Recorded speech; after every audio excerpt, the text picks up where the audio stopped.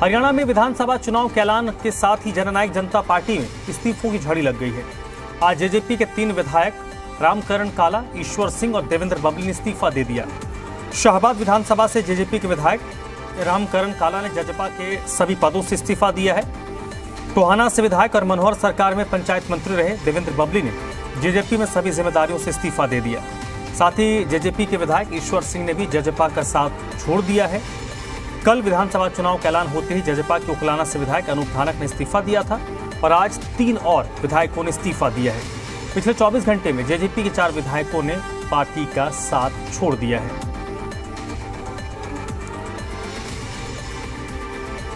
तो हरियाणा में विधानसभा के चुनाव के ऐलान के साथ ही जजपा में इस्तीफों की झड़ी लग गई है। 4 तस्वीरें आप देख रहे हैं। एक दिन पहले उकलाना से जो विधायक हैं और पूर्व मंत्री रहे अनूप धानक, उन्होंने जजपा का साथ छोड़ा और आज 3 और विधायकों ने जजपा से इस्तीफा दे दिया, जिसमें टोहाना से विधायक और पूर्व मंत्री देवेंद्र बबली हैं, गुहला से विधायक ईश्वर सिंह और विधायक रामकरण काला जो शाहबाद से विधायक हैं। इन चारों ने पार्टी का साथ छोड़ दिया है। तो सीधे रुख कर लेते हैं। विजय राणा इस वक्त मेरे साथ जुड़ चुके हैं। विजय, इन 4 विधायकों का इस्तीफा कोई आश्चर्यजनक बात नहीं है।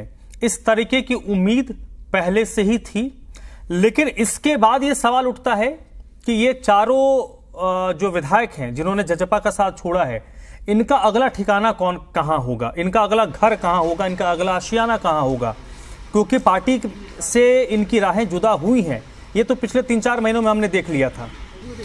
अगर आश्चर्य की बात करें तो हालांकि जो 3 विधायक हैं, चाहे वो रामकरण काला हो या देवेंद्र बबली हो या ईश्वर सिंह हो, उनकी तो पहले से एक उम्मीद जरूर की जा रही थी कि ये लोग चुनाव के टाइम पार्टी छोड़ सकते हैं। बल्कि देवेंद्र बबली का तो 100% पक्का ही था कि वो पार्टी को अलविदा ज़रूर कहेंगे, जिस तरह से उनकी बयानबाजी पहले से रही है और पार्टी विरोधी बयानबाजी वो पहले से करते रहे हैं। तो उसको लेकर ये तय था कि वो पार्टी को अलविदा ज़रूर कहेंगे।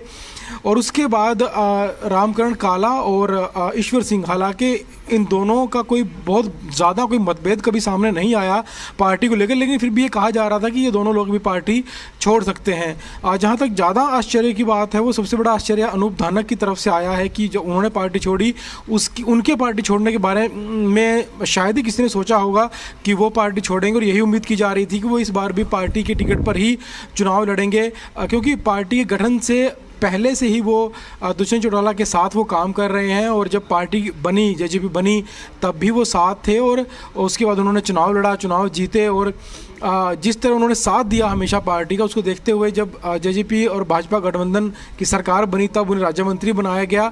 और तो बेहद खास लोगों में आते हैं वो, चाहे वो जननायक जनता पार्टी की बात हो या वो दुष्यंत चौटाला के जो खास लोग हैं उनमें वो हमेशा शामिल रहे हैं। तो उनका पार्टी छोड़ना एक बेहद आश्चर्य की बात ज़रूर रहा सबके लिए।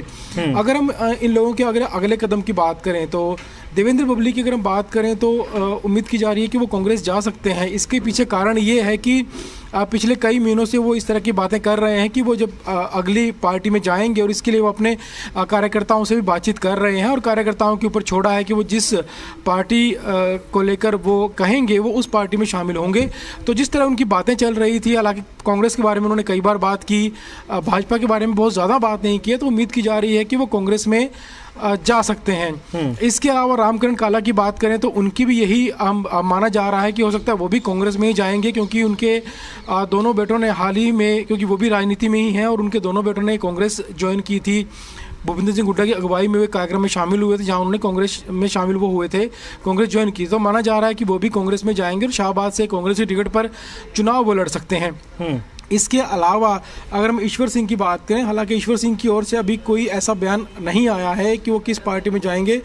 उनका कोई आधिकारिक जब बयान आएगा तो उसके बाद ही साफ हो पाएगा कि वो किस पार्टी में जा रहे हैं। और अनूप धानक के साथ भी एक ऐसा ही है कि अनूप धानक की ओर से भी अभी तक बिल्कुल कोई भी ऐसी बात नहीं की गई है, ना तो जब वो पार्टी में थे तब कोई ऐसी बात सामने आई है, और ना ही अभी तक कोई ऐसी बात सामने आई है कि वो किस पार्टी में जा रहे हैं। तो देखना हो कि अब इन विधायकों का अगला ठिकाना क्या होगा। और उम्मीद की जा रही है कि कांग्रेस की तरफ जो है ज़्यादातर विधायकों का रुझान हो सकता है जिस तरह का पहले जो बातें सामने आई हैं। हालांकि साफ तभी हो पाएगा जब इन लोगों की तरफ से खुद कोई पार्टी ज्वाइन करें, किसी पार्टी में शामिल होंगे। जी, एक यहाँ पर विजय, जजपा की सियासत के हिसाब से अगर देखें तो उनके 4-5 विधायक अगर उनसे नाराज चल रहे हैं तो पार्टी की तरफ से कोशिश ये होती है कि उनको मनाया जाए, या फिर उनकी दिक्कत क्या है, उनकी क्या समस्या है, उनको समझा जाए और उनको पार्टी के साथ जोड़े रखा जाए।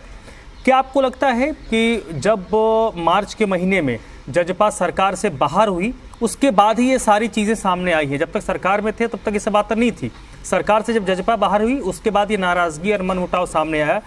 क्या आपको लगता है कि जजपा की तरफ से आपके पास एक कोई ऐसी इन्फॉर्मेशन है कि फ्रंट पे नहीं लेकिन बैक चैनल से इनसे बात करने की कोशिश हुई, इनको समझाने की कोशिश हुई, इनकी समस्याओं को समझने की कोशिश हुई, या फिर इनको छोड़ दिया गया कि ये नहीं रुकेंगे?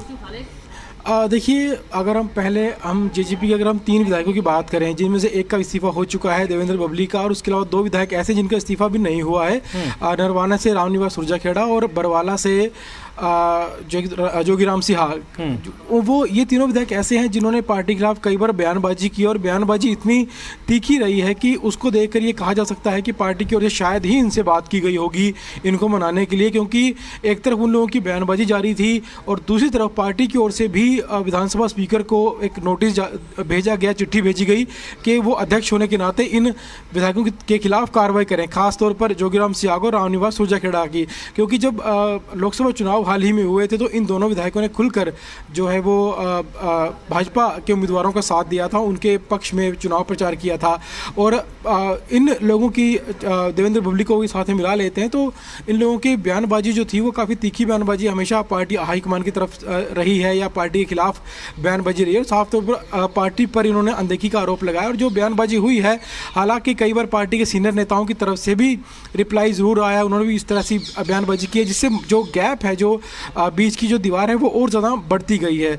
तो उन बयानबाजियों को देखते हुए लगता नहीं है कि कोई ऐसी पहल की गई होगी कि उन्हें समझाने की कोशिश पार्टी की ओर से की होगी, क्योंकि एक लिमिट तक जो है ये बातें समझ में आती हैं, लेकिन जब लिमिटलेस कोई बात हो जाती है जिसका कोई अंत नहीं हो सकता तो उसमें समझ नहीं आता कि शांति से बैठकर कोई बात की गई होगी। और जब सारी बातें जब आप इसे बाहर जब जा चुकी हैं उनकी बयानबाजी विधायकों की, उसके बाद ही पार्टी हाईकमान की ओर से विधानसभा स्पीकर को चिट्ठी लिखी गई, तो ये सब बातें सामने आती हैं। और जहाँ तक ईश्वर सिंह की बात है या रामकरण काला की बात है या अनूप धानक की बात है, इनकी तरफ से कोई बड़ी ऐसा कोई बयान कभी सामने नहीं आया कि वो पार्टी से नाराज़ हैं। हालांकि रामकरण काला और अनूप धानक की तरफ से तो बिल्कुल भी कभी भी ऐसा बयान सामने नहीं आया कि वो पार्टी से नाराज़ हैं, वो ऐसा कदम उठा सकते हैं। हालांकि माना जरूर जा रहा था लेकिन कोई बयानबाजी दोनों विधायकों की तरफ से नहीं हुई है। और जहाँ तक खासतौर पर अगर हम अनूप धानक की बात करें तो ऐसा लगता नहीं है कि उन्होंने उनकी या पार्टी के बीच में कोई बातचीत हुई होगी, क्योंकि अगर बातचीत हुई होती तो शायद हाईकमान उन्हें इस्तीफा देने से ज़रूर रोकता, क्योंकि वो एक खास नेता रहे हैं जेजेपी के हमेशा से ही। तो ऐसा कह सकते हैं कि शायद उनकी बात नहीं हुई और उन्होंने बिना बात किए, बिना चर्चा किए अचानक अपना इस्तीफा जो है वो पार्टी हाईकमान को भेजा होगा। और यही बात हम बाकी विधायकों के साथ भी कह सकते हैं, चाहे वो रामकरण काला है, अगर वो पार्टी से बात करते तो हो सकता उनको भी रोकने की कोशिश ज़रूर की जा सकती, लेकिन उन्होंने भी शायद पार्टी हाईकमान से बातचीत नहीं की और अचानक से अपना इस्तीफा है जो वो भेज दिया है। ईश्वर सिंह और देवेंद्र बबली का पहले से ये थोड़ा बहुत ये तय माना जा रहा था, देवेंद्र बबली का पूरा तय था और ईश्वर सिंह का भी माना जा रहा था कि वो भी एक ना एक दिन चुनाव से पहले इस्तीफा देंगे। और जैसे ही चुनाव की घोषणा हरियाणा में हुई उसी दौरान उन्होंने तुरंत ही इस्तीफा दे दिया। और जो बाकी जिनके खिलाफ जो है स्पीकर की ओर चिट्ठी लिखी गई है जेजेपी की ओर से, तो माना जा रहा है कि उनके इस्तीफे भी अब जल्दी आ सकते हैं। जी विजय, संक्षेप में 30 सेकंड में मुझे बताइएगा, ये सिलसिला, ये जो फहरिस्त है, क्या आपको लगता है ये कुछ और लंबी होगी या जितना होना था वो हो गया? ये और लंबी होगी क्योंकि अभी कई और पदाधिकारी भी होंगे जो अभी इस्तीफा पार्टी से देंगे। और खासतौर पर जैसे मैंने अभी बताया कि 2 विधायकों की और हम कह सकते हैं कि 2 विधायक और रामनिवास सुरजाखेड़ा और जोगीराम सिंह, उनका भी इस्तीफा जो है वो सामने आ सकता है और कई अन्य पदाधिकारी हैं उनका भी इस्तीफा सामने आ सकता है। और जाहिर तौर पर चुनाव के समय में इस तरह सीनियर नेताओं का, विधायकों का पार्टी छोड़ना किसी भी पार्टी के लिए वो अच्छा संकेत नहीं है। और पार्टी इसको लेकर काम हालांकि उन्हें करना होगा क्योंकि चुनाव में बहुत कम समय बचा है और उसके लिए तैयारी जरूर करनी होगी, लेकिन जो लिस्ट है इस्तीफे की ये अभी और लंबी हो सकती है। बहुत बहुत शुक्रिया विजय, आपका इस पूरी बातचीत के लिए।